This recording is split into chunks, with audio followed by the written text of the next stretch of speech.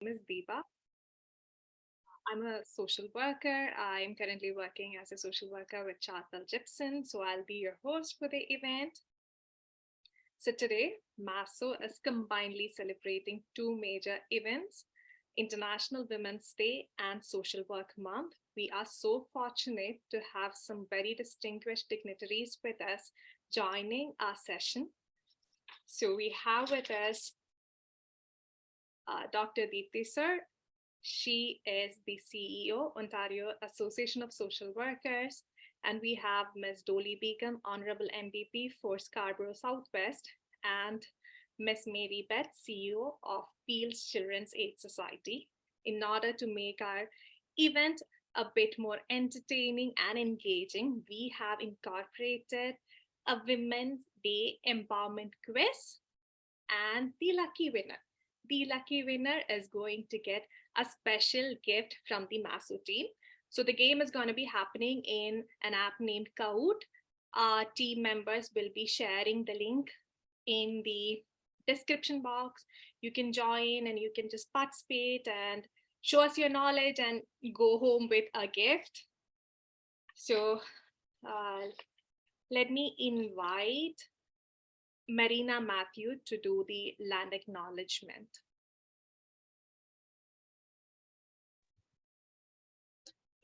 In the spirit and intent of the Truth and Reconciliation Commission's recommendations, we acknowledge the traditional indigenous territories on which we gather at the beginning of all MASWO sessions.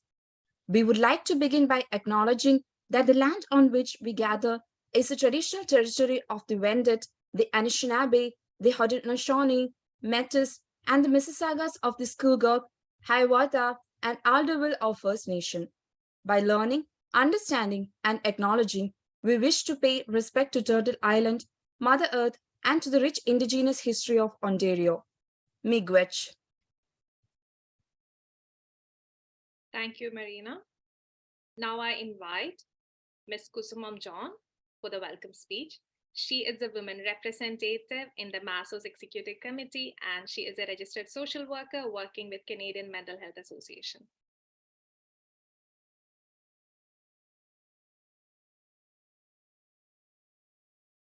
Good afternoon, everyone. On behalf of Malayali Association of Social Workers, Ontario, I would like to welcome you all to our Women's Day and Social Work Month celebrations. MASWO is a registered not-for-profit organization dedicated to serving all social workers of Malayali descent and their families and the Canadian community at large in Ontario. Our members practice in diverse fields of social work such as child welfare, hospital setting, school boards, community mental health, and newcomer settlement services. We conduct several programs for the professional development of our members. We reach out to the community and provide support services for people in need. Every MASWO member is a volunteer driven by social work values. MASWO has grown into a well-knit professional association of 450 social workers spread across the province of Ontario. We are here to celebrate Women's Day and Social Work Month. We appreciate all the incredible women members who have been supporting MASWO relentlessly. They contribute their time and expertise in supporting various initiatives of MASWO. They assist newcomer social workers, offer counseling support to people who have been referred to us, and connect people with various resources in the community. We are so fortunate to have our distinguished guests today to celebrate Women's Day and Social Work Month with us. I take this opportunity to welcome our distinguished guests. Ms. Doly Begum, our Honourable MPP, who represents the riding of Scarborough Southwest, Ms. Mary Beth, CEO of Peel Children's Aid Society, and Dr. Deepy sir, CEO of Ontario Association of Social Workers. We welcome our distinguished guests and look forward to listening to their incredible journey in their career. MASWO welcomes each one of you to this celebration. Thank you.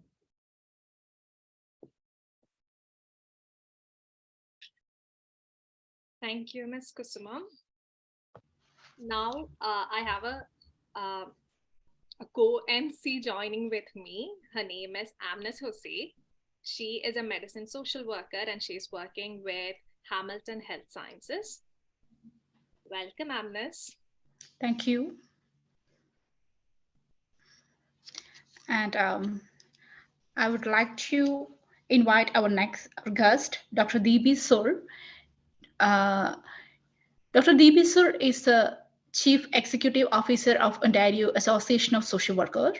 She is an innovative and collaborative leader with diverse social work expertise, including clinical social work experience in hospital settings, health promotion experience within public health, and various leadership roles during her 12-year tenure at Trillium Health Partners. She has worked with government and also has been assistant clinical professor at McMaster University. In addition, Deepy is a faculty instructor and curriculum designer for the Medical Psychiatry Alliance Collaborative Care Certificate Program. Deepy holds a Bachelor of Social Work from Toronto Metropolitan University, Master of Social Work from York University, and PhD in Social Work Administration from Walden University. It is indeed a special privilege and a pleasure to welcome Dr. Deepy on behalf of MASWO to this Women's Day and Social Work Month celebration. So I kindly request Dr. to continue our event by sharing some words with us. Oh, thank you very much. It's so nice to see you all. I know it's a rainy day for me here in Treaty 19 in Brampton. I come to you from the home of Turtle Island, Mississaugas of the Credit, traditional territory of the Haudenosaunee, where I get to borrow this land from the Huron and Wendat people. So thank you so much for inviting me today. It's so nice to see people that look like me in their profession. I am so excited to see that. And so excited that you've invited me. Happy US Day, happy Social Work Month, and happy International Women's Day for the people around you that you love and care about, including yourselves. So nice to see you again, Mary Beth. We just met recently, so I'm glad to spend some time with you today.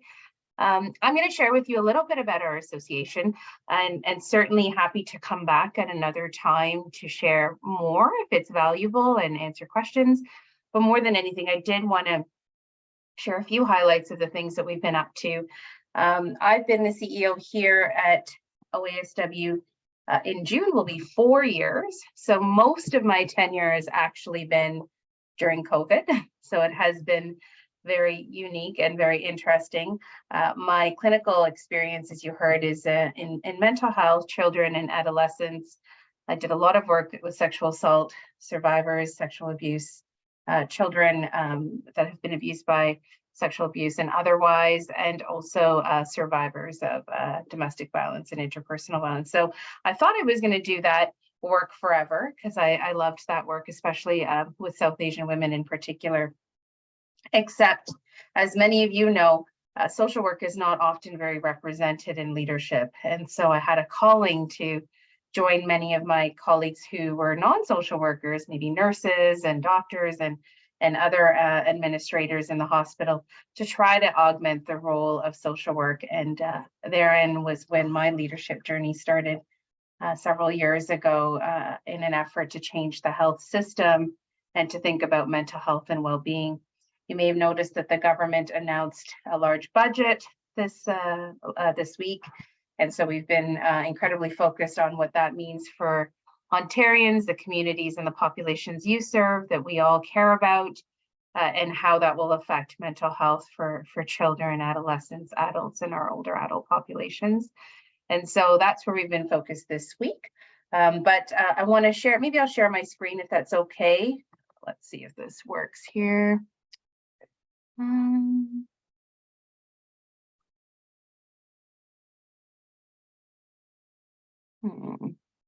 There we go.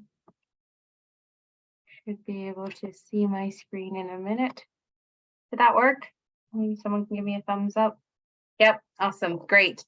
So obviously we're from the Ontario Association of Social Workers. We're over 8,500 members across Ontario now and growing. We've recently launched a new 5-year strategic plan. OASW really is the voice of the social work profession. I talk about this being the best job each and every day. I get to represent colleagues across Ontario who are serving the communities and the families and individuals we care about. And we're especially focused over the next 5 years on mobilizing mental health and well-being across Ontario.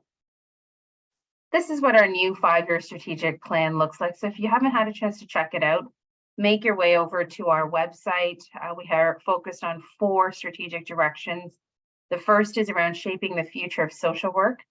The second is around leading equity integration. And the third is around growing our membership. And finally, building a sustainable future. If you have had an opportunity to join any of our events or our professional development opportunities, or you're a member, you would know that I personally have been very invested in the work around equity integration. We launched our first ever of its kind equity integration advisory group several years ago when I came on, and I have the opportunity to chair that group. That group is really focused on how we can center equity in all of what we do. And I hadn't realized at the time how personal that journey would become for me. And so that has now made its way into our strategic plan. For the first time, that direction has been penned and coined by members themselves who advise on that particular direction. So that's been rather exciting. Of course, this is National Social Work Month. And March 6th to 12th in Ontario was Social Work Week. You may have seen that theme come across your social media. These were the posters that our Canadian Association of Social Workers created for us. And this was the first year that Ontario augmented and promoted and partnered with our Canadian Association. I believe you've had Mr. Fred Phelps come by and have a chat with you. So these were the posters that we still see making their way through a number of events across Ontario. These were the various variations. In Ontario, we really focused quite purposefully on a few things during Social Work Week. One was a number of online events. We had recently moved to a network model. There are no longer OASW chapters across the province. About 2 years ago, we launched networks that exist by area. So for example, there is a Peel and area, Toronto and area, London and area network. Each of those networks have hosted several events. It's been so exciting to see that folks are actually getting together in person at times. Some of those were educational events, some of those were crucial conversations, and in some cases, it was just an opportunity to connect with social workers in your community. We had a lot of work with our government relations. We had our lobby day, which is our chance to meet with a number of Queen's Park professionals and administrators and representatives from various government parties about the importance of social work in the answer to the problem we're all trying to solve now around mental health crisis. We also launched a public opinion survey, which no surprise probably to all of you, but still astounding to see that the ages of 18 to 35 for young women, at least mental health is either on the rise or a prevalent issue, diagnosed or undiagnosed. In fact, we were pretty alarmed to see that so many women are still dealing with a number of mental health issues. And so that led to an opportunity to have a number of media relations opportunities. We found ourselves in social media. We found ourselves in an opportunity to encourage our members to talk to your MPPs about mental health. Here's a few alarming stats for you. 66% of Ontario women in the poll we released between those ages of 18 and 35 are living with a mental health condition. Includes about 34% of women who believe they have had either an undiagnosed mental health condition or 32 who report being diagnosed. That's pretty astounding for women in our communities who are in a very crucial age and life transition and making big decisions about their lives. 60% of Ontarians who access mental health supports, well, they reported being extremely frustrated with our mental health system in Ontario. And we know that as navigators, as patient care folks, as client navigators, as people that provide treatment, intake, and support, we know how incredibly frustrating and confusing our system can be. 72% of Ontarians who've struggled to access or have considered accessing mental health supports, well, they would feel a sense of difficulty with that and said they didn't try, and they were much more likely to do that if they had someone there to support and guide them. So those were the big things. These were the media opportunities we had. Hopefully you had a chance to catch them. And there are a number of ways you can become involved with us. We're so happy to see that you collectively join regularly and that you have an opportunity to connect both on an individual, community, and personal level. But I encourage you to get involved with your local engagement network. Please check out our professional development events. Over the last while, you will have seen a number of events specifically focused on working with key populations, working with racialized populations, on Indigenous awareness building, on anti-Black racism, on anti-Semitism. So these are important areas that we don't often get to focus on through our formal training and education. And so those opportunities are often very, very low cost or free. So if you don't know how to access them, just make your way over to our website, we'll do that.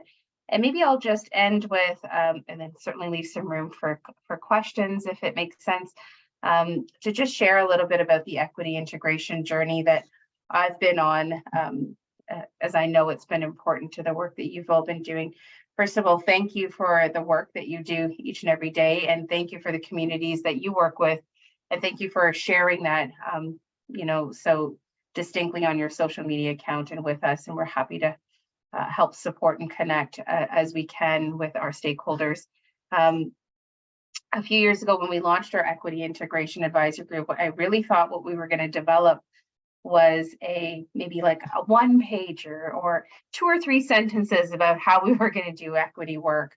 Well, that was around the time that COVID-19 came across the world, and we were all experiencing a worldwide pandemic. It was also 6 months into my role, and our office required a virtual shift, and members across Ontario, 20,000 social workers and 23,000 if you include social service workers, were trying to pivot to work through virtual care and figure out how to do telephone and video and crisis counseling when COVID-19 was getting in the way.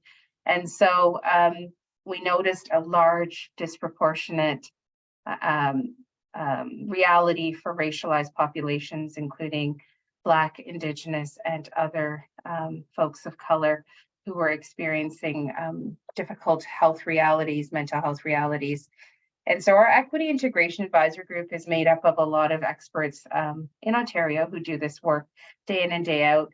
And it was around then that I had a very personal awakening around how I couldn't just expect to put out 2 to 3 great points on how we would center equity or adopt another framework, that in fact, I'm not separate from this work. I follow a CEO who is 27 years in this role, Joan Mackenzie Davies, and retired with a great legacy, but looked very different than I am. And certainly our membership noticed that. We did a survey of our membership at the time, and we had a representation of over 80% white identifying members, which we know is not how social work represents its membership across or its work across Ontario. So we set out on a mission to hear from voices who often are not invited to the table, to invite ourselves to the table. And so that has been a very deep and personal journey for me. I've encountered racism through that. I've encountered allyship. I've encountered accomplices. I've met new and amazing, great folks that care about the work we did, but it continues to be very difficult and meaningful all in the same breath. So, I encourage you to join in and help with that discussion, but also read about how we're doing that work differently in our strategic plan. Happy to talk more about that at another time. But you just want to thank you for all the support you've provided, both adjacent to the work and directly. So maybe I'll stop there and ask for any questions. Thank you so much. Thank you so much, ma'am, for your inspiring and informative words. So this is time for asking questions. If anyone has any questions, you're very welcome to ask.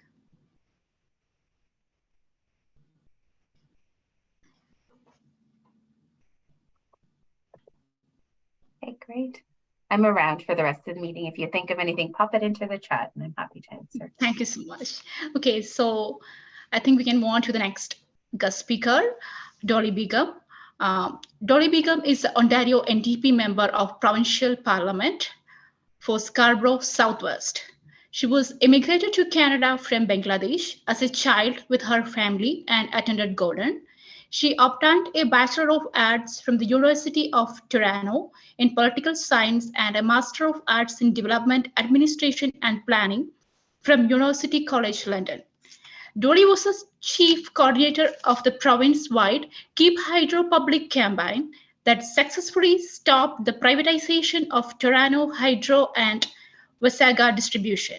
She is the former co-chair of the Scarborough Health Coalition and vice chair of Warden Woods Community Centre, where she worked hard to make lives better for the people of Scarborough.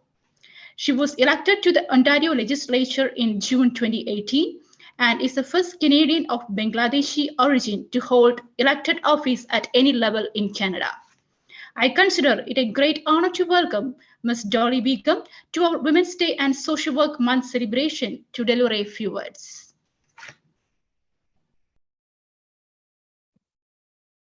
Thank you so much, Amnes. Good afternoon, everyone. Hello, MASWO. It's so lovely to see all the beautiful faces. I see Joji here. I listened to Kusuma and Deepa's here as well. Wonderful hosting. Also want to thank Dr. Deepy for her presentation. I feel like I always get to learn every time I get to listen to such wonderful presentations. And it's such an honor to join for International Women's Day with two distinguished people like Dr. Deepy and Mary Beth Molenkamp.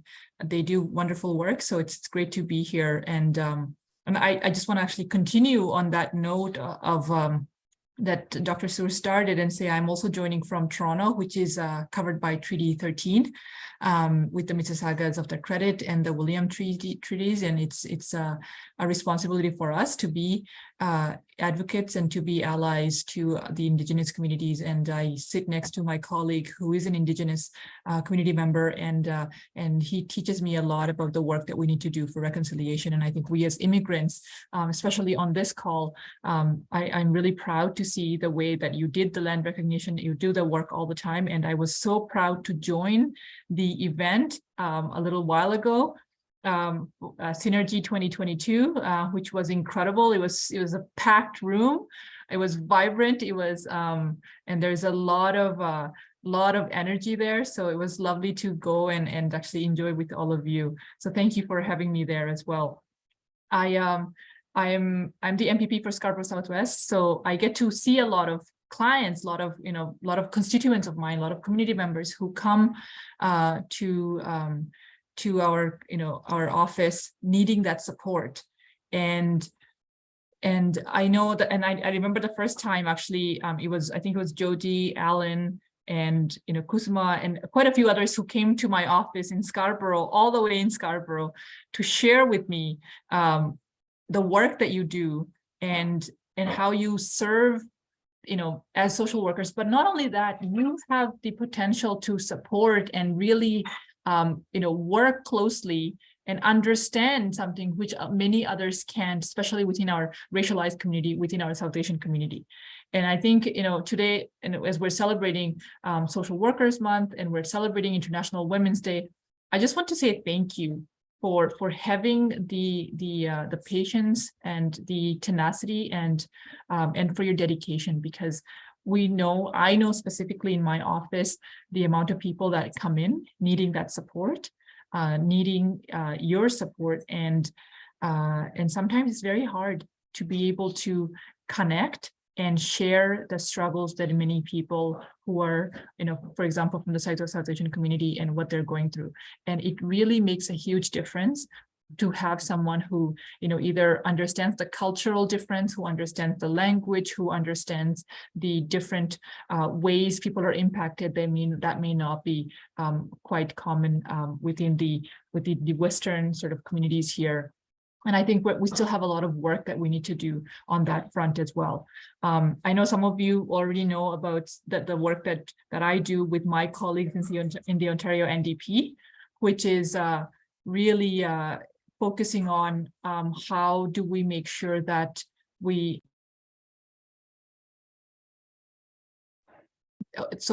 can make sure that we have access to support. So one of the things that I know we were just listening about was mental health, and how do we make sure that, if you do get support, whether it's tax-free, for example, it's very expensive to get support from someone, whether it's social work, whether it's a caseworker, whether it's any psychiatry, psychotherapy. So one of the things that we have proposed in the past is to make sure that that becomes tax-free, so that we're not making a profit. The government's not making a profit out of the critical care that people need. And it also means that you are able to provide a service that is not that is not a cause, that has no barriers. The other part of it is to make sure that we are providing care to specific groups of people. So one of the things that my colleagues and I have been advocating for, and in the Ontario legislature, is to make sure that women who go through the different circumstances, whether it's whatever it may be in our community, how do they have access to it, and how efficient it is, and how fast that is accessible to them, as well as students and young people. So those are some of the things that we work really closely with, and I'm really, really happy to be here to support you, because I think we work together in providing that compassionate care that we need for our communities, and I'm really proud of the work that MASWO does. It's also inspiring to see how you started with a small group, and then it grew into over almost 400 members, and I witnessed this myself when I went to your event, and I had my neighbors that were in Scarborough at that event, and it was pretty far away, that event. So it was just so inspiring for me to see that, and the way that you have garnered, you have really brought in that community together of social workers, and I think it is quite inspiring for us to know that work is being done, and it can be replicated. So thank you very much. Wish you all the very best, and once again, happy Social Worker Month and happy International Women's Day. Thank you so much, everyone. Thank you, Ms. Doly Begum. We know that you're pretty busy and you managed to spare some time for us, and we are so indebted, we MASWO are so indebted to you for your continuous support through synergy to everything. Thank you so much.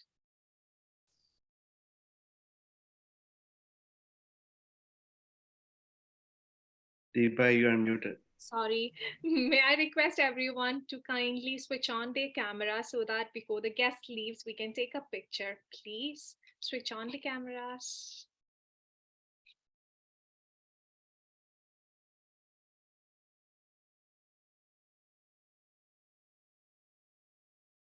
Just for a minute, could you all please switch on the camera? We'll really appreciate that.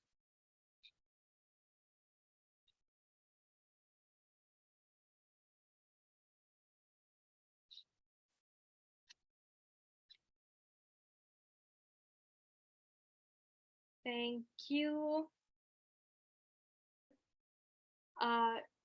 Thank you, everyone. So now let me invite Dr. Brenda Nelson to share her experience as a recently immigrated social worker. She's a registered social worker, and she's currently working as a residential support worker at Loft Community Services. Thank you, Deepa. Thank you so much. I hope I'm audible and visible. Good afternoon, everyone, respected dignitaries in the gathering and all the social workers. Myself, Brenda Nelson. I'm a registered social worker in Ontario.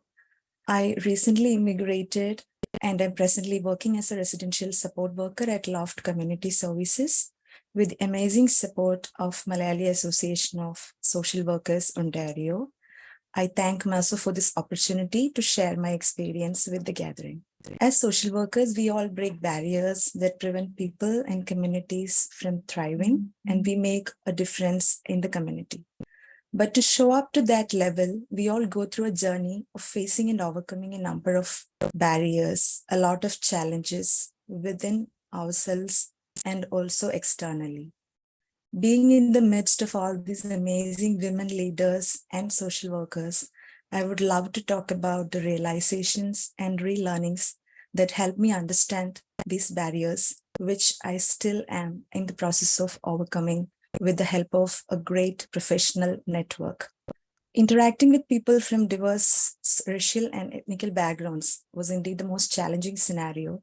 I was surprised to see that the definitions or skills I learned as part of my multicultural social work curriculum haven't equipped me even to engage with people in a pleasant way.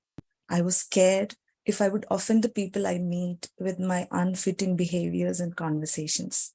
I gave it a serious thought and I realized that being genuine and respecting individual uniqueness and dignity will be the best key to tackle this. So here I am finding my own ways to deal with the cultural barriers, being sensitive to how the other person feels, and valuing the dignity of everyone I meet.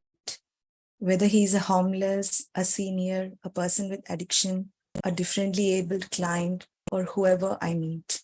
Secondly, understanding the diversity of social work profession in Canada and finding a space where my professional attributes and my skills would fit in was a challenge in itself.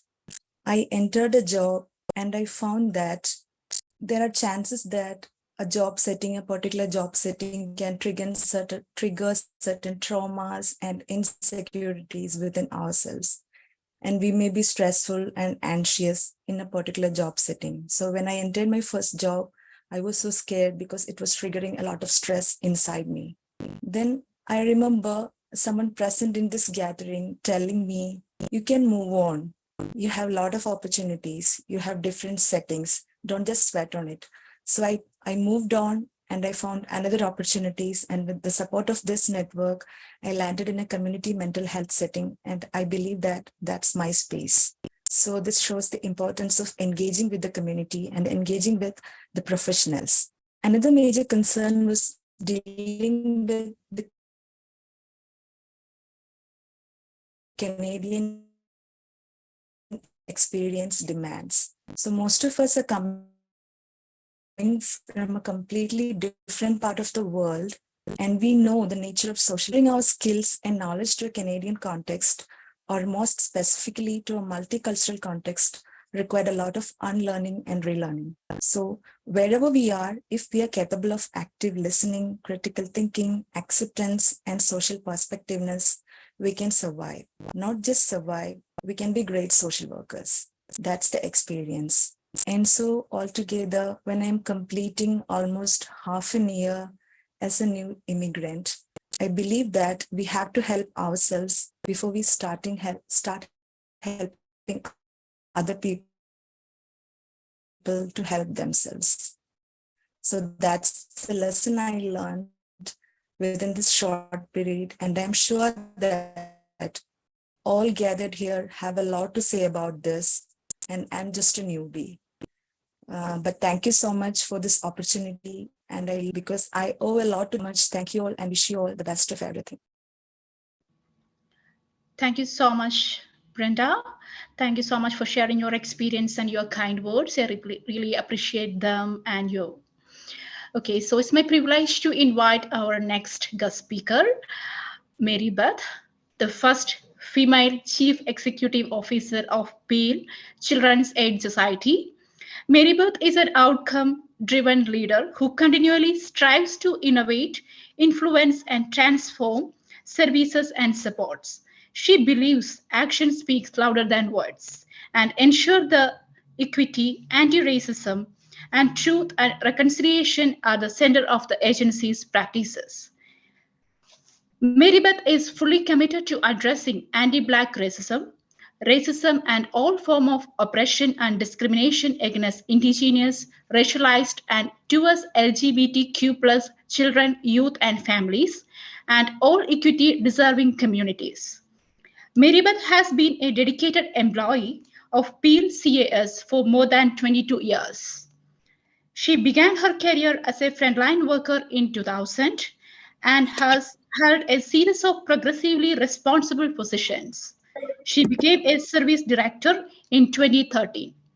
Mary Beth has led and implemented large-scale initiatives that have had wide-ranging impacts across child welfare system. Ladies and gentlemen, I am honored to welcome Mrs. Mary Beth to our meeting to speak a few words.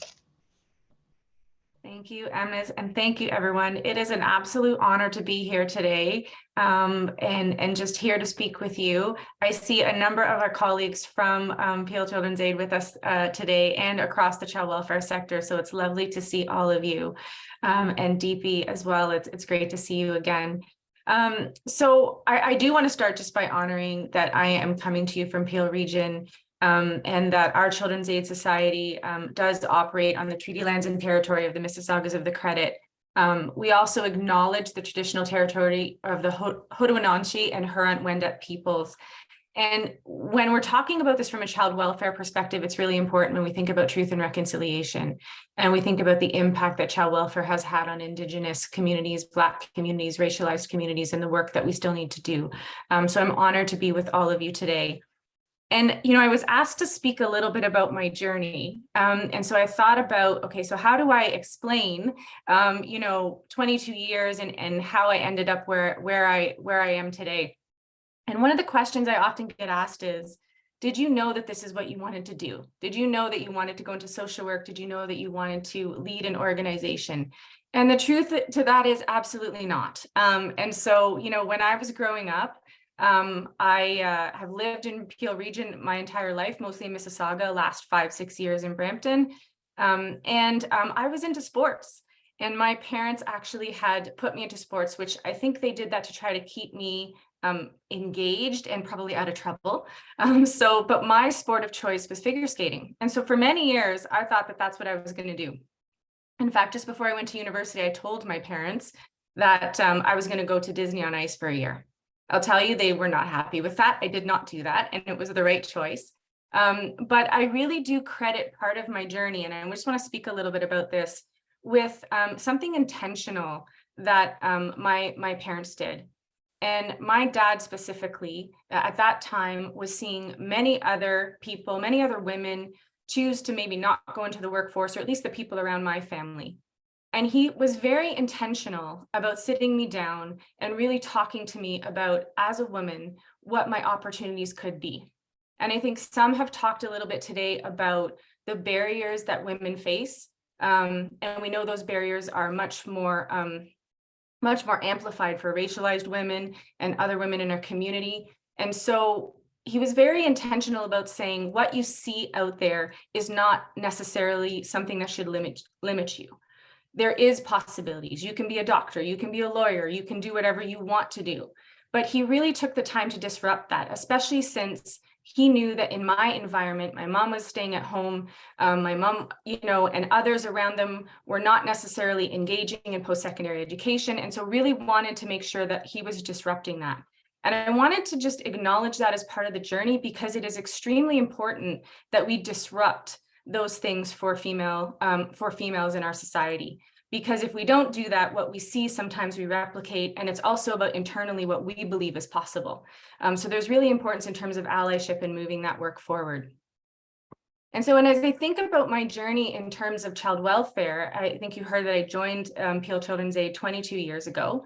And I've had the opportunity to work in a variety of different departments and get a number of different experiences. But I have to tell you, I learned a lot about leadership along the way. And I really wanted to take the approach today just to talk a little bit about my learnings and pass that on, because I am here because somebody else decided to coach and mentor me. I'm here because somebody gave me time. I'm here because somebody really inspired me to continue to think differently about what was possible, and what I could do to impact child welfare and impact children and families' lives within our community.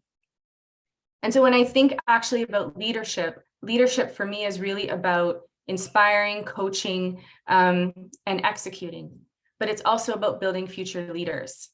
And, I heard a quote once that leadership is about closing the gap between what's possible and what's true. And I think that, I think people know that in the last year, I had the opportunity to lead Peel Children's Aid, and I am immensely grateful. I work with an amazing group of people that come every day committed to support children and families.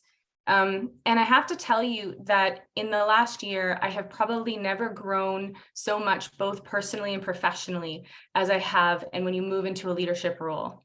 And part of that is you can have great people around you, but at the end of the day, I'm left with the knowledge and understanding that I'm accountable for the people that I serve in the community, the people that we serve in the community, and for the health and well-being of our staff.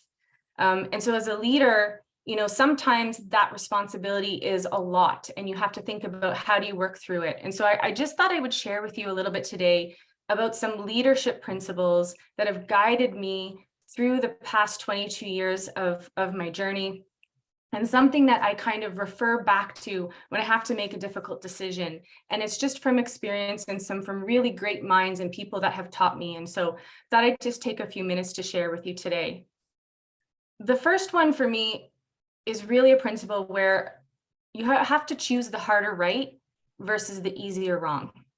And what that means is sometimes in leadership, we can make an easy decision because we think that's what's, you know, going to keep things quiet or keep things moving in the moment. But it is about always acting with integrity and always thinking about what that difficult decision is, because if you don't make that decision, it can impact you moving forward.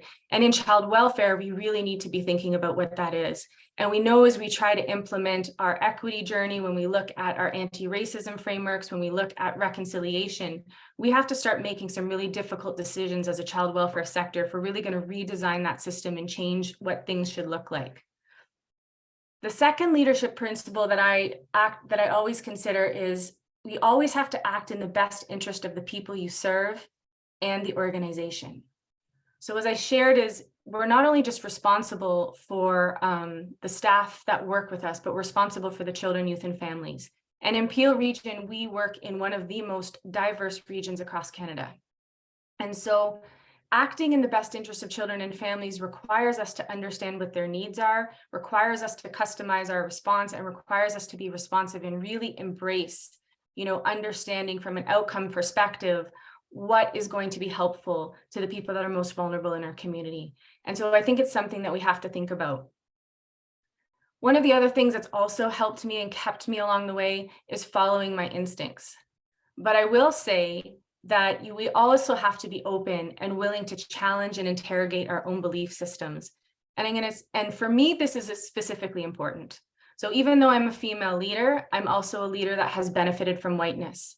And if I'm not interrogating and thinking about my belief system, then I'm not going to meet the needs of our diverse community. I'm not going to meet the needs of our staff. And so we always have to be thinking about, you know, where are my beliefs coming from? And, you know, are they actually going to meet the needs? And if you ask that if you put that into your decision making and you make it a central part of your thinking, then it's helped me along the way to really keep the focus on who's important, and that's the children and families that we serve.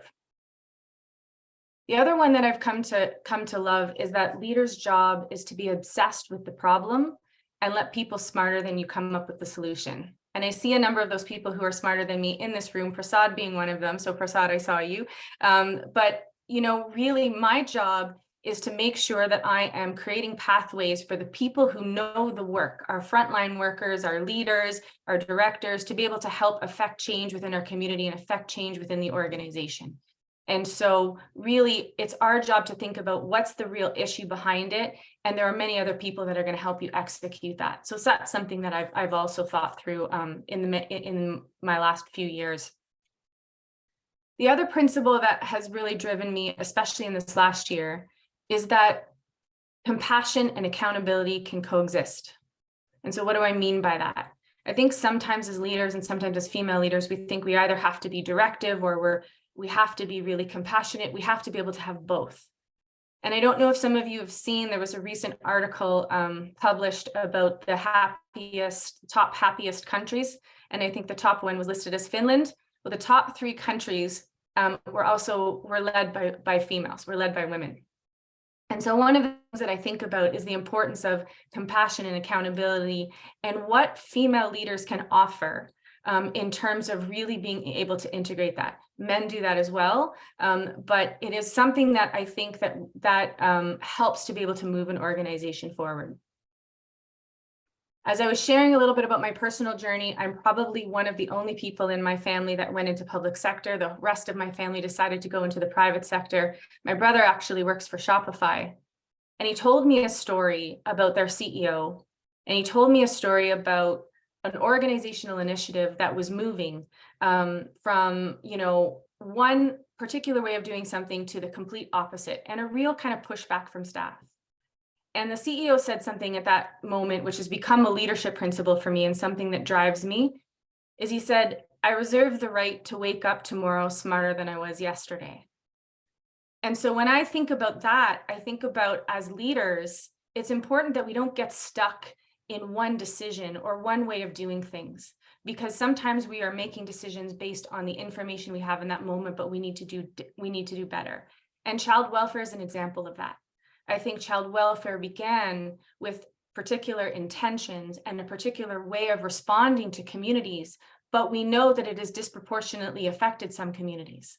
It's disproportionately affected our racialized communities. It's disproportionately affected our Black and Indigenous communities because the design of the system was designed in a particular way. So we're now realizing that we have to shift that. So reserving the right to wake up the next day smarter than you were the day before is something that I always think about in terms of the decisions I make.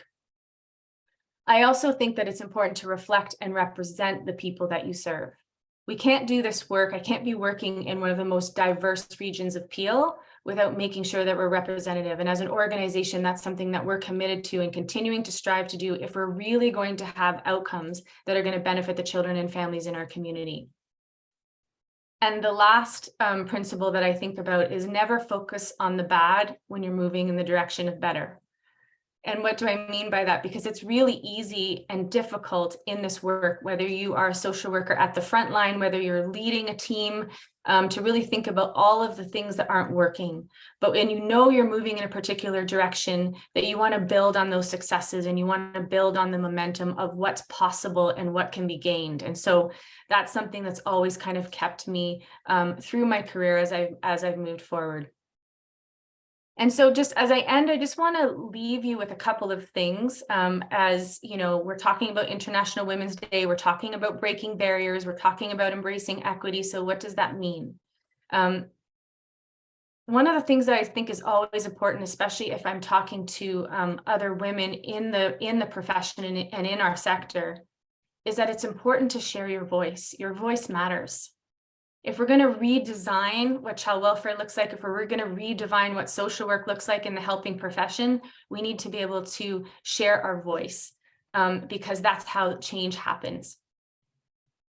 The other piece that I also share, especially as we're talking about challenges and barriers for women specifically, we know there are challenges and barriers externally, but sometimes those challenges and barriers are within our own belief systems. And so one of the things that I had someone say to me many years ago that I now say to others is no more playing small. And so what that means is, as women, we often sometimes think about we have this box and we can only go to this particular space. But the reality is we're limiting our thinking, we're limiting about what our potential is. And so what I would encourage everybody to do is ask yourself, whether it's in your career, in your personal life, how are you playing small? And how do you start to expand that and have that belief system that it can be different? And I'm not saying it's easy because there are barriers. And there are many more barriers when we're talking about racialized women who are trying to break into leadership and to do some of those pieces. But if we can start with our own internal dialogue and we can start to ask ourselves some questions and interrogate that, then that's going to help us as we move forward. The other thing I would suggest is find a sponsor, a mentor, and be a sponge. If you can find people along the way who will help you and they will be able to, teach you, it's important because there are many leaders out there that want to pay it forward. I would not be here today if it wasn't for some amazing people who took time to speak to me, took time to teach me, took time to coach me. And so if you have that opportunity, and don't be afraid to ask. You'd be surprised how many people will reach out and will help you if you ask that question. And I am, and if I can do anything to help any of you along your journey, along your own journeys, I'm happy to do that as well. The other piece I would say is investing in your personal and professional development is the key to leadership. Personal development and understanding yourself when things are swirling around you is probably the only thing that you have control over. So if you're able to understand how you react, what your leadership style is, and really grow yourself as a person, then it helps you in your own profession, no matter what that might be. And the last thing that I would say is to pay it forward. One of the things that I am grateful for is that in times of difficulty, you always remember the people that reach out to you, and you always remember the people who were there for you. And I'll tell you that leadership can be lonely. It can be something where you feel like you don't necessarily have others to speak to. And Deepy, I'm sure you probably know this as a CEO, there's times when you're making decisions and you're like, wow, this is all on me, but I don't know really where to go. But there are people that will be there to help you. And my hope is that I'm going to be able to give back that the same amount of care and support that others gave to me. So I really just wanted to come today just to talk a little bit about my journey, how that's helped me to be where I am today. I'm so grateful to be able to have this opportunity. If there's anything that I can do, I'm just so impressed with the work that your association does.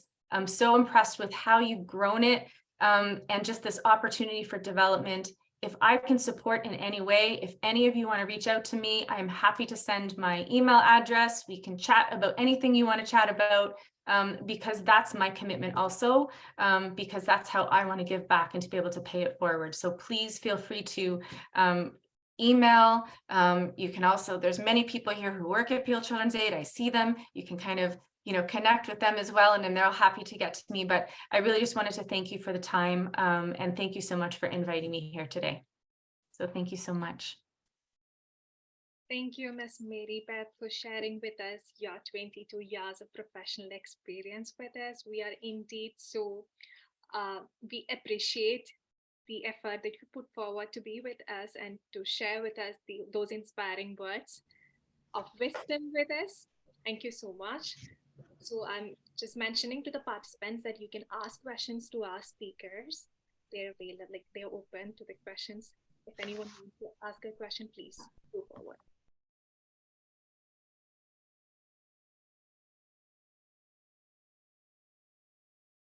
Any questions?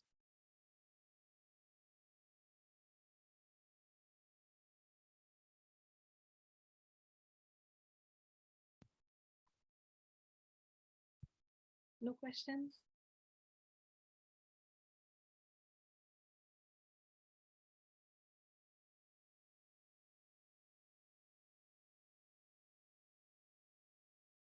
Hi.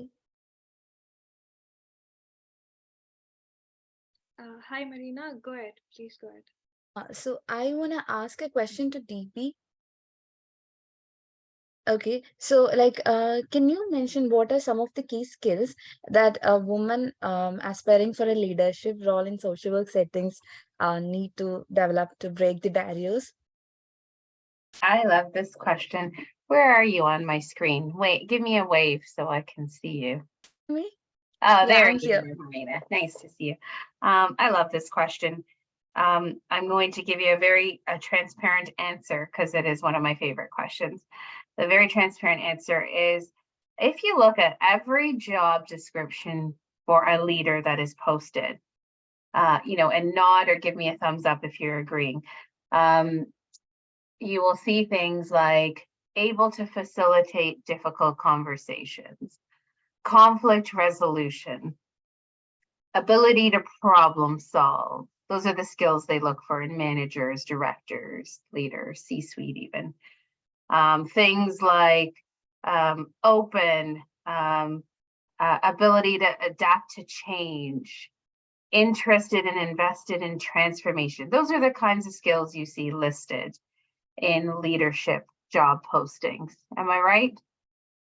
Well, let's match that against the skills and expertise of social workers.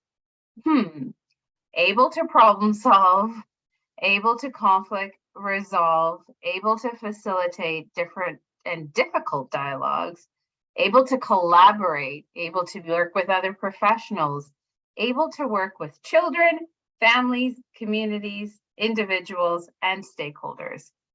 So what I mean to say, Marina, is as a social worker, you are already a leader. You lead every single day when you problem solve for your communities, when you think about the children you're supporting, when you connect individuals and adolescents to the right resources, when you navigate, and when you have conversations. Those are the skills you would bring and demonstrate at the most important, powerful tables. I really agree with you, Mary Beth. Find the mentors that want to hear about your skills. Look for the places you can contribute. A small story, when I worked in the hospital, I was a manager of some clinical services and saw that a lot of times they would send MBA trained folks over to us to help develop the programs and build those programs.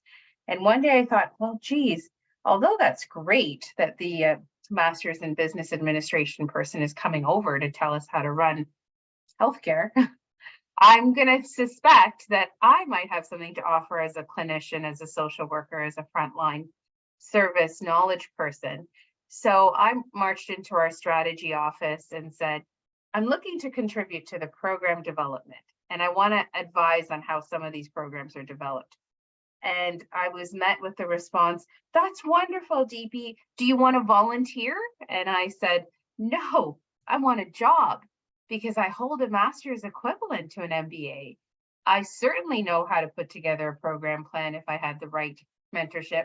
I could evaluate if you linked me up with someone who could teach me. I want a job and I want to be paid the same. And guess what? I was the very first project manager who was not an MBA. Thanks, Mary Beth. So I get it. I still talk to those people. I still talk about the skills I bring. So don't necessarily look for skills you don't have. Augment the ones you do. If you have trouble speaking about your skills, get connected to a mentor who could coach you on that. Find another leader. Get coffee dates in your calendars, even if they have 15 minutes only to give you. If you are a superstar at problem solving, then shine in that skill. But if you need some help figuring out how to crunch data or develop reports or develop a presentation, then take some small courses in that and augment that and test it out. Each and every day that you are doing that role as a social worker, find one skill that you're going to augment and talk about the next time you have an opportunity.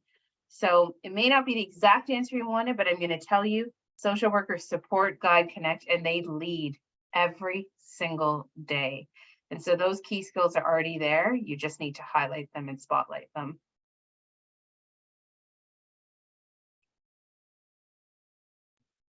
Thank you so much. That was so informative. May I ask if Ms. Mary Beth, do you have anything to add on to that questions? Like anything to add on? Like, what do you think are the key skills that a woman who aspires to become in a leadership position should have? Sure, I'm happy to add it, and Deepy give wonderful examples of things that should be done. So I'll just maybe just support some of those as well. I think emotional intelligence, self-awareness and self-reflection, when I talked about the importance of personal development, is one of the key things that we always need to do. The better we can understand ourselves, the better leaders that we're going to be. So if we can invest in that time, that's important. I also think when you transition from doing the work, I mean, one of the things I had to learn is transitioning the work from, doing the day-to-day work with families, but then learning how to work through other people and how to motivate and how to inspire is one of the biggest challenges when you move into leadership, right? And so thinking about opportunities to take students or to take on different leadership roles that are going to help you to be able to learn those skills and give you that confidence when you move in there would be also something to think about. And the other piece I would just say, and this kind of aligns with what we talked about around finding that mentor, is the importance of really networking and having an intentional strategy of what are the skills that you want to have based on where you want to go. One of the questions that I often ask my leaders is, where do you want to be the day before you retire? And the reason I ask that question is, and whatever that retirement is for you, that could be 80, 85, and you could have lots of steps along the way. But what that helps you figure out is then how are you going to start to think about the skills you need? Do I need to understand about, budgeting? Do I need to understand about project management? Do I want to go into consulting? Do I want to be an author, right? So when you understand where you want to go, then you can put in a little bit of a strategy, your own personal strategy around what those skills are that you want to develop so that you can actually end up, following that path to get you where you need to be. So those are just a few other things that I would think about in terms of women who are aspiring to break into leadership. So thank you, Deepa. Thank you. Ellen, I believe you want to ask something. Yes, thank you. Thank you, Deepa. Yeah, I have a question to Beth. Beth, it's great to listen to you. I just want to learn more things. We live in a very multicultural country and work with diverse populations, especially with social workers. We go beyond limits and work with the vulnerable groups and stuff. So, and we work with colleagues as well. So what strategies you adopt to be inclusive when you work with a diverse population? That's a great question. And I think, I'll take this from two places, one from like my personal responsibility there, and then, some of the things that maybe our organization has had to do, has been really intentional about doing. And I talked a little bit about this is because, even though I'm a female, because I've benefited from privilege and because I'm a white woman doing this work, I really have to constantly ask myself different questions about the decisions that I'm making and whether those are decisions that I'm making based on my own personal belief system and whether they're actually going to be beneficial for the children and families that we're supporting, right? Especially when we're working with, as you said, diverse and multicultural populations. And so the way you have to do that is through three things for me. One of them is self-awareness. And the second piece is self-interrogation, is really asking yourself why you think something. And then it's really by doing that, then you're able to really drive your decision making a little bit differently. And the other piece that you need to be thinking about is who you have sitting around the table. So, as an organization, we've been on a journey, and we probably are one of the most diverse children's aid societies, if in Ontario, if not Canada. That's been intentional. But we also haven't always, we haven't seen that equity in all levels, right? So we've seen it frontline management, and we've been really trying to do that in terms of our senior leadership positions. And, it's my job to make sure that our racialized leaders are ready. And I always say this to our team, if I win the 70 million next week, even though that hasn't happened, I keep trying, but it hasn't happened for me yet. Who's going to be able to step up and do that? And in a region like Peel, we have to be able to have diversity in identity, but also diversity in thought, right? If we're going to meet the needs of our multicultural communities. And so it's a great question. And as an organization, whether it's child welfare, whether you're working with mental health or in whatever field or area you are in social work, diversity, equity, inclusion can't just be something that's on the side. It has to be integrated into everything you do, right? So it has to be integrated into the strategy you build in terms of building an inclusive culture. It has to be in your service model. It has to be in how you engage with community. And the way that we've been able to do this at Peel is to be working very specifically with our ethnocultural partners to say, child welfare has a particular way of working. And, for many years, we've been getting the same outcomes because we're approaching it in a particular way that's not meeting those needs. And so if we're not doing that in collaboration with our community and customizing our response to make sure that we're meeting their needs, then we're not going to be truly addressing those needs of the community and integrating equity into our work. So I think it's also about us understanding where we are not the experts and where we need to ask people with lived experience and our communities to teach us about what they need and to work with us versus us going in and, pre-assuming that we know what's best for them. And child welfare has done that in the past and is really trying to shift that in terms of a new policy framework around child welfare redesign and really understanding if we're going to actually address systemic discrimination, then we need to work differently with communities. So I hope that answers your question. Yeah, it's great. It's great. Thanks, Beth. It was great listening to you. Thanks for sharing your thoughts. Great. Hi, as a continuation of that question and the discussion we had, I just wanted to ask you one more question, if that's okay. You've told that you are a leader who's you and Peel CAS is passionately promoting diversity, equity, and inclusion in the child welfare sector for several years. So could you please let us know what are some notable outcomes that you have seen in the context of your work over the years? Absolutely. I'm happy to share that. So along that, the lines of working with your community, one of the things that we're very proud of is the development of innovative responses to work with community differently. So we've built ethnocultural programs. So we have Akoma, South, and Man. Akoma works with our Black community, South works with our South Asian community, Man works with our Arab community, and actually we have C that's working with our Southeast Asian community. And those programs are about bringing together ethnocultural partners and Children's Aid to be having a collaborative wraparound response. And really, it has helped two things. One, it has helped us address disproportionality, and there's still work to be done because we still see overrepresentation, specifically of Black and Indigenous children and youth in child welfare. But it has also helped families to have a different experience of us, because it's very different when you are working in partnership with community who understand that needs, and there is a mistrust with child welfare, right? And there's good reason for many of our racialized communities to feel that way. And so by working in partnership and building those programs, we've been able to work collaboratively with them to be able to address that need. So that fear, that shame, that worry about working with child welfare, is addressed a little bit by working in a really culturally appropriate and culturally safe perspective. And so that's something that we're continuing to do. The other thing I would say in terms of outcomes around integrating equity, anti-racism, and reconciliation into our work is that we're raising the conversation, the awareness, and the capacity of our staff in terms of the need to be able to do this in the day-to-day.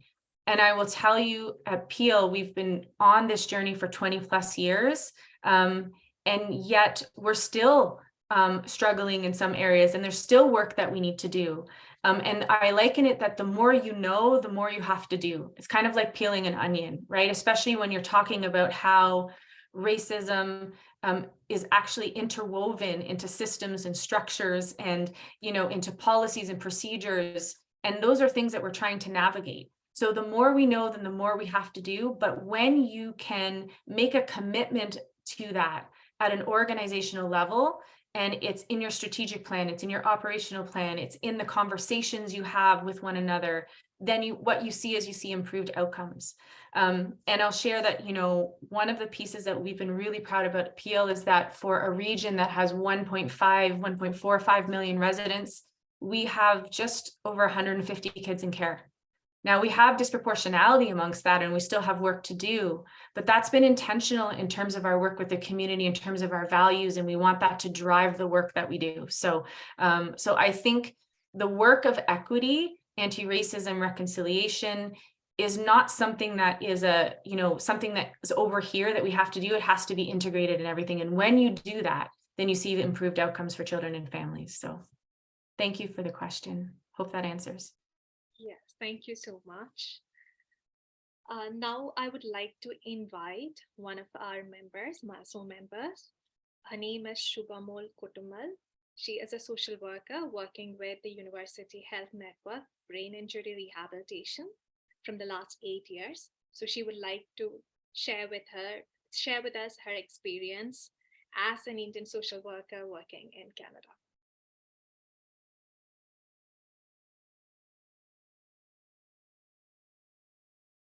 Sorry, I forgot to unmute. Okay, thank you, Deepa, and thank you, MASWO, for giving me this opportunity. And I think it's not something new. I already shared my journey as a social worker with many of the MASWO members. But it's always my pleasure to work with MASWO and also sharing my journey as a social worker into the field of hospital social work here. As a new immigrant, landed immigrant, I've also gone through a lot of struggles, and it's always like a moment that I want to share that to all other social workers who landing from there also with experience. Anyway, I moved to Canada in 2011. When I decided to move to Canada, at that time, Canada was bringing like thousand social workers to Canada. In my mind, I was thinking, okay, I was one among them. I'm going to get a job right away coming to Canada as a social worker. I'm going to work because I was coming with a 7 to 8 years of experience as a social worker in a hospital. I was working as a neurology social worker in an acute care setting. All my career worked as a social worker in hospital setting. So I'm thinking I'm going to get something similar here. But after the move, the reality kicked in. The realization after the clearance from the immigration, I realized my experience is no longer valid. So anyway, my journey, new immigrant journey started from there. I did several survival jobs, also sending resumes to all the job postings. I never received a call or any interview at that time. And there wasn't any platform to guide us as same what MASWO is doing right now. That's one good thing about what I feel like. MASWO is doing a great job on providing that support to all the newly coming social workers, everyone an opportunity to that. But at that time, there wasn't any such kind of support. So anyway, connecting with some other social workers in the field and realizing, okay, we need to go back to studies again to get into the field. So went to Ryerson's program. Now it's at Toronto Metropolitan University, but I went to the program in 2013, finished in 2014. At the end of the program, I got this placement in a hospital that's in Toronto rehab. Actually, that was my big step. I got a experience, like a hands-on experience, and also as a woman of color with accent, it's not easy to get into the field of healthcare, right? So it was an opportunity to showcase my skills and as a social worker and how I can transfer my clinical skills to in this setting. It helps me a lot. And also I had to thank my supervisor who provided me with all the supports at that time. And that placement, that was my first step. And that way I started as a temporary social worker there, gave me an opportunity to learn, and that helped me growing. And now I'm completing 8 years in a cured brain injury program, and where I work with brain injury clients, like all a kind of stroke, brain injury with motor vehicle accidents, brain tumors, like all kind of, it's as Toronto, it's like we dealt with so many multicultural, diverse population, and it's always a pleasure and help each and every day, helping the clients and the families to navigate the healthcare system. And I think the biggest challenge I faced is that entry into the system. That was the biggest challenge once I'm into, but still, I think I'm also, sometimes we feel, even I am 8 years there, I am experienced social worker, more than like 17 years in the field now, but sometimes still from the clients, I feel that, okay, if I am with I'm a brown, a color of woman with the accent, it's a barrier for trusting. So we need to explain and getting that sense. But I think when I look back, the struggle is nothing where I want to be, where I am now. I'm very happy, and I cannot think, or I cannot put myself in any other job other than this social work, especially healthcare, because that's where I love to be. And I am very happy where I am right now. And thank you, everybody, and especially MASWO for giving me an opportunity. And I am happy to work with MASWO to provide this support to all those who landing here as a social worker and trying to figure it out where they are going to start their career. Thank you. Shubha, for sharing with us your experience as a woman of color, a new immigrant to Canada. I can relate so much to that, because we, as a woman of color, I have experienced in Canada that subtle racism of people saying, "Oh, you're from India, you speak English well." Yes. That subtle racism which we see, and I'm so happy to see how you excel as a social worker, and it's an inspiration for all of us. Thank you so much for being here with us. Thank you, and it's always a pleasure.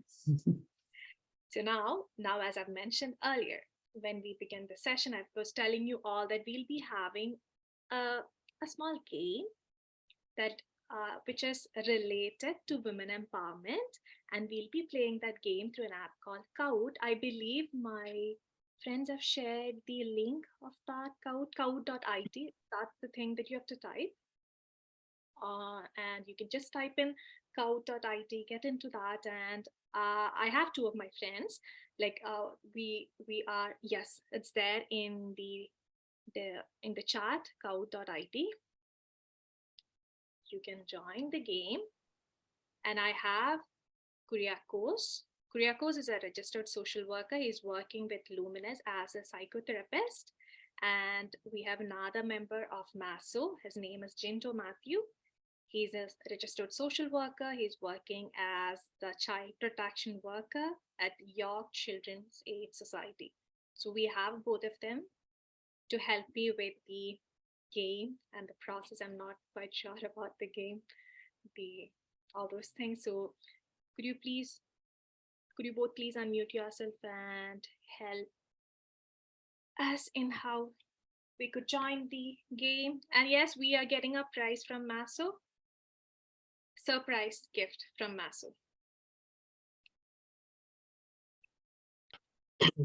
Hello everyone, as Deva mentioned, so this game is called Kahoot.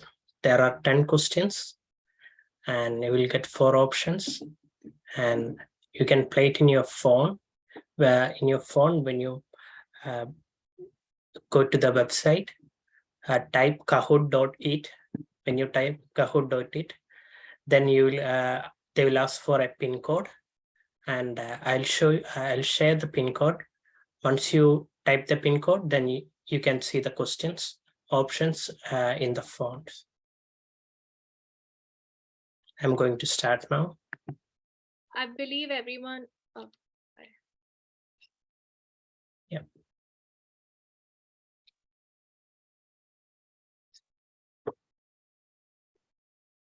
Yeah, this is the pin.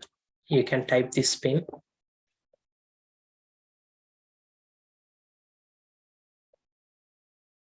I believe you've seen something like this. Yeah. There you have to write the pin, and you can even add a nickname. It's not necessary that you have to write your original name.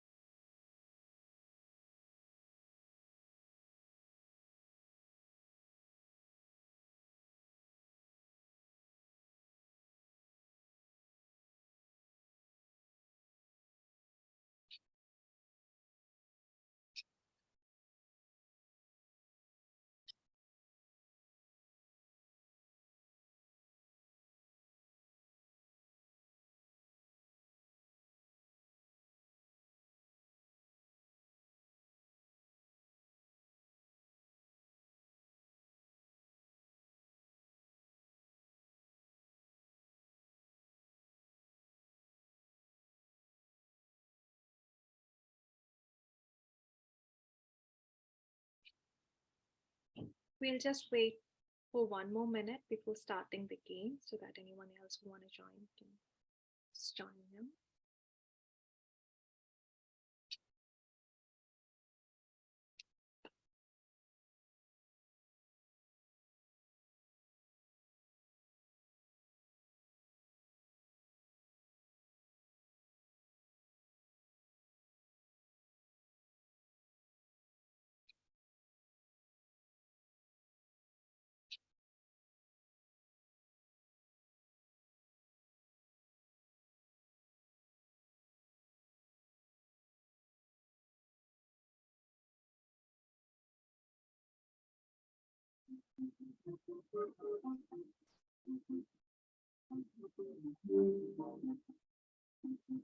So we will start the game. I think most of them are here.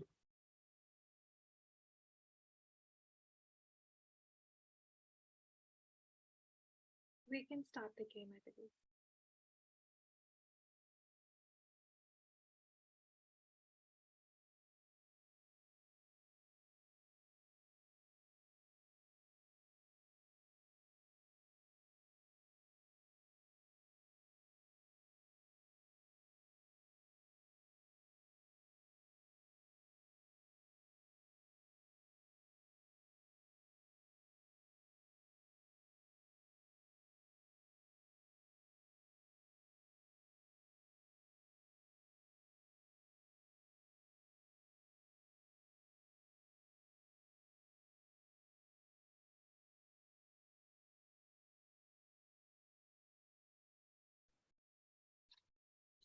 There's a second question.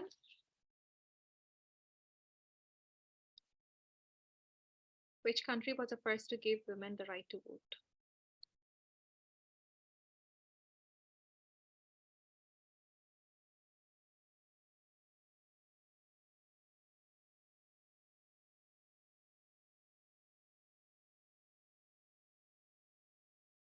Okay, 7 people to the right answer.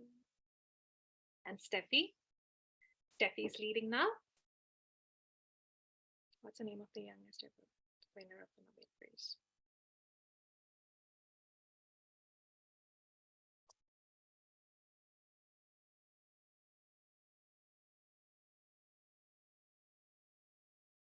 ഒരു quick fact പറയുകയാണ്, നമ്മൾ answer correct ആയിട്ട് പറഞ്ഞു എന്ന് പറഞ്ഞ് മാത്രം നമ്മളിത് ജയിക്കില്ല. You have to be quick in answering the question. 3 പേര് കറക്റ്റ് ആയിട്ട് പറഞ്ഞെങ്കിലും ഒരു സെക്കൻഡ് വ്യത്യാസത്തിൽ മറ്റേ ആള് ജയിച്ചുകൊണ്ടിരിക്കും. So yes, 15 people told the right answer. And Steffi is still leading. Well, good. India's first social work school. Laila Allegra, University of Delhi, Tata Institute of Social Sciences.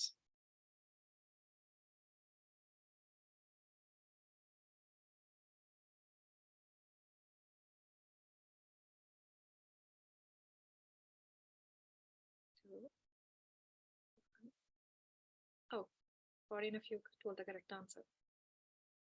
Let me see if Steffi is still leading. Steffi is still leading. Okay. What does CSW stands for? Canadian Association of Social Workers, Canadian Association of Social Work. Yes, it's kind of tricky.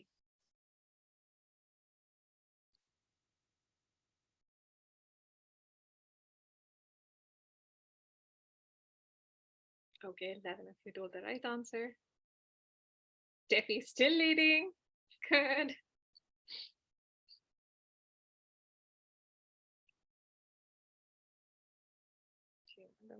Richmond.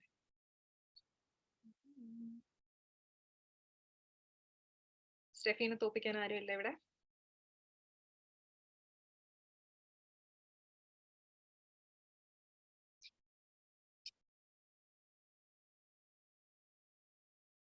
Okay.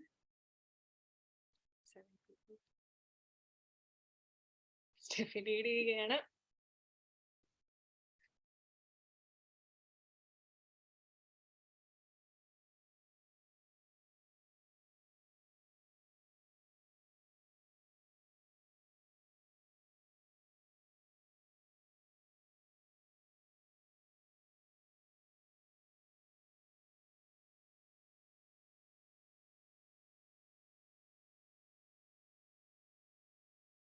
Okay, that was a difficult question, it seems.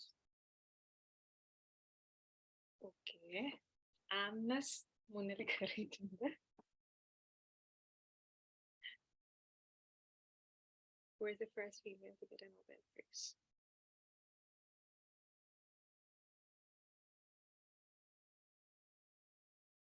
Amnes lead നിലനിർത്തുമോ? Steffi തോൽപ്പിക്കുമോ?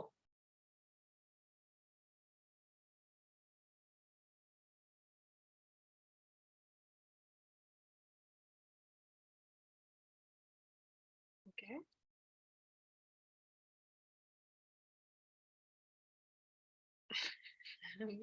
വിജയഗാഥ മുന്നോട്ട് പോവുകയാണ്. Profound social casework.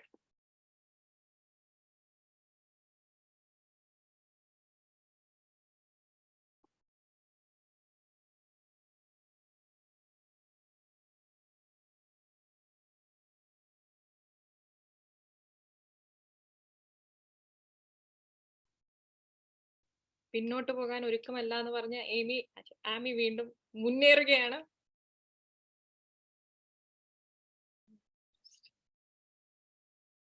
I believe that's the last question. ജെഫിക്ക് ആംനെസിനെ മലർത്തിയടിക്കാൻ പറ്റിയ അവസാന chance ആണ്.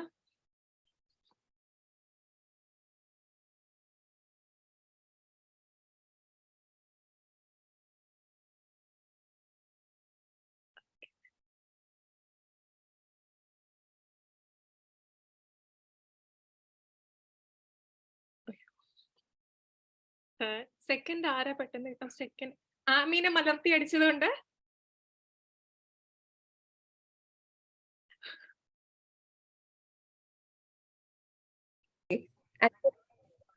celebration a grand success.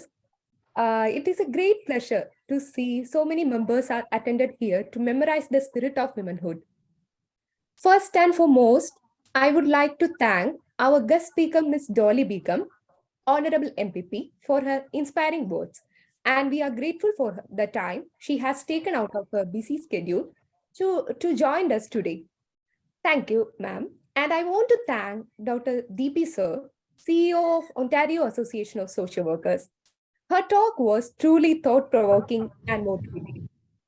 I extend my profound gratitude to Ms. Mary Beth, CEO of Peel's Children Aid Society, for her valuable thoughts. I would also like to thank Ms. Kusumam for the generous support and for making this webinar possible. It is a great day for all of us who wants to be a social worker. We are truly honored for all your experience which you shared today. It is truly inspiring and motivating. I would like to extend my sincere appreciation to all the volunteers and members of MASWO who have worked as a family to ensure the smooth running of this webinar. We are truly grateful for your efforts. Finally, I would like to express my gratitude to all social workers and the women who have made a significant impact in their respective fields. Thanks to all the attendees who have joined us today to celebrate the strength, resilience, and accomplishments of women. We hope that this event has inspired you to continue to break the barriers and achieve your goals. Once again, thank you all.